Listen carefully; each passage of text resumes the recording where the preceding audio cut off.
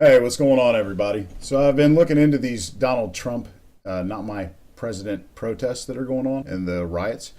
And I'm sure everybody remembers that a few days ago I posted an article about these anti-Trump, not my president protesters and how a lot of them are actually being paid. They're being paid by newly formed grassroots organizations that mysteriously sprung up almost overnight as soon as the electoral vote started coming in favor of the new president-elect Donald J. Trump. Now, I'm about to show you guys a video of something that some people in Chicago happened to catch on their phone. This was taken at about 3:30 p.m. on South Canal Street in Chicago on Saturday. So check this out, you guys. Let's go ahead and roll that beautiful footage.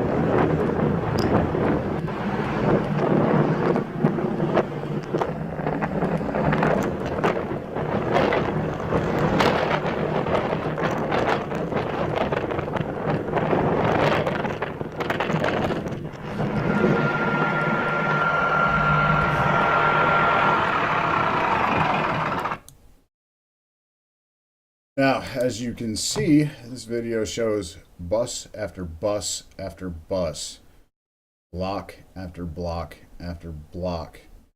And these buses are being used to transport these protesters into major cities. These individuals are not protesters, they're not activists. In fact, they're being paid for their activities. They're being paid $15 an hour for 4-hour shifts. So in total, they're making $60 cash of undeclared money. They're not paying any taxes on this. So who is it that these people are being paid by, you might ask?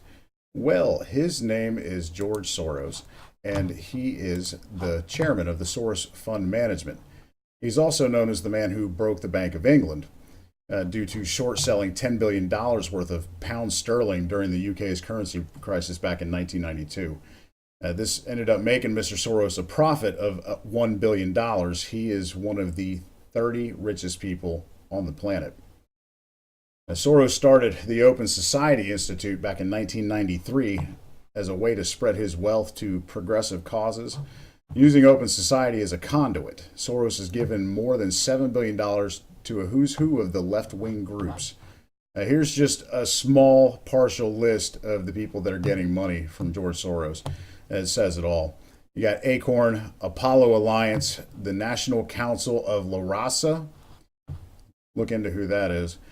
The Tides Foundation, the Huffington Post, the Southern Poverty Law Center, Sojourners, People for the American Way, Planned Parenthood, and the National Organization for Women. Soros has repeatedly said that he sees himself as some kind of messianic figure. Now, who but a megalomaniac would actually say this? He says, I admit that I have always harbored an exaggerated view of my self-importance, to put it bluntly.